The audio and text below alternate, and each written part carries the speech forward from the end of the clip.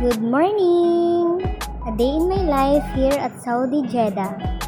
Today is October 5 and it's Saturday. So papasok na naman ako sa aking trabaho. Fast forward, nandito na ako sa Shangri-La Hotel. And then yan yung mga katrabaho ko. At dito pala sa aking trabaho ay iniiwan na namin ang aming uniform. Sila na ang naglalaba at namamlansya nito. And sasabihin lang namin yung mga numbers namin para ibigay sa amin ang aming mga uniforms. So, yan na yung uniform ko. Ngayon, pupunta na ako sa aking locker dahil dun kami nagbibihis. So, ito na yung aming locker. Ayan yung locker ko. Ayan. Pasensya na, magulo. And then, ayan. Nakabihis na ako. And after that, pupunta ako sa laundry area para kumuha ng mga table napkins.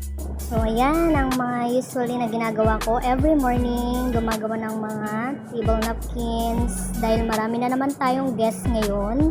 So, ayan. Gagawin ko lahat yan hanggang sa matapos. And then, after nyan, tutulong akong magsiset up sa table setting. So, lahat yan gagawin ko. Lahat. So, after nyan, yan na yung final product. Ayan, lahat yan.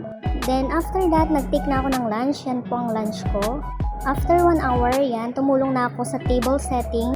At dahil may business meeting din ngayon, so, nag-set up na rin kami. Ayan, after 4 hours ng pagtatrabaho, pauwi na po kami sa aming accommodation. Ayan, pauwi na po kami. Sinundo na po kami. Ayan, haggard na naman ang people. Ayan, pagod yarn. Nandito na po kami sa aming accommodation. Ayan, ito po ang aming accommodation. So, ayan, tamang pahinga na naman tayo. At bukas may trabaho na naman. Everyday, ito po yung routine ko dito sa Saudi. Ayan, dito na ako sa aming kwarto. Magulo po.